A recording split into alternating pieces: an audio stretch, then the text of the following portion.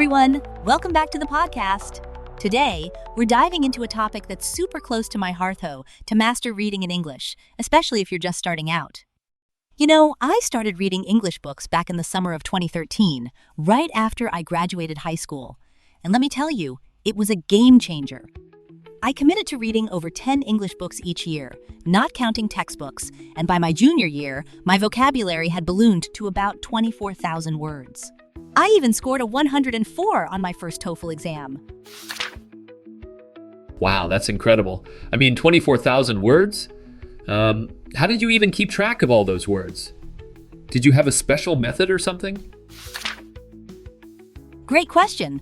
So, by the 6th year, while I was working at a century-old English newspaper in Hong Kong, my vocabulary grew to around 30,000 words. It was like I had unlocked a new level in a video game.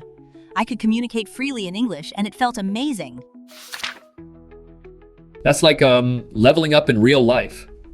So what's your secret? How did you go from beginner English books to reading like everything?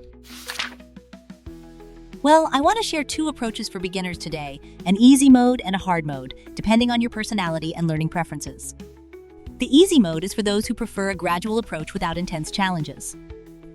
You can start with simple English picture books, then move to children's literature, young adult fiction, and finally adult nonfiction. That sounds really manageable.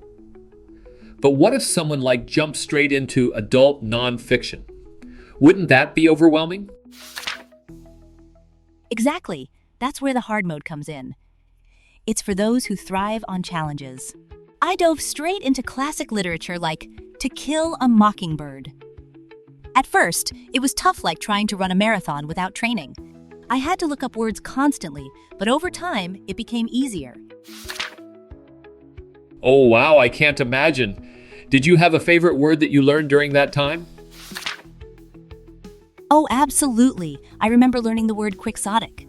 It's such a beautiful word, and it really captures the essence of chasing dreams, even if they seem unrealistic. I started writing down and memorizing new words daily, which helped me gradually increase my vocabulary. That's so cool. So by your junior year, you were already surpassing 20,000 words? That's like a whole library of words in your head. Right?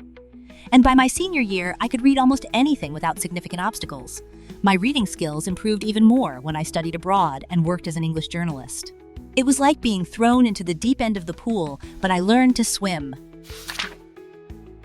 I love that analogy. So, for someone who enjoys challenges, the hard mode can be super rewarding, right? But what if someone prefers a gentler approach? Exactly. If you prefer a gentler approach, the easy mode is a fantastic way to start. Reading in English has so many benefits. It opens doors to cutting-edge information in technology, business, and academia, since English is the global lingua franca. Oh, I see. So it's like having a VIP pass to the world's knowledge? Yes. And reading enriches your life experiences and perspectives, providing insights that can guide your personal and professional journey. Just like maintaining a healthy diet, consistent reading will yield significant benefits over time. That's such a great way to put it. So, you're saying even if it feels daunting, just starting with simpler texts can lead to amazing progress. Absolutely! I encourage everyone to start reading English books, even if it feels daunting. Just take that first step, and you'll be amazed at how far you can go.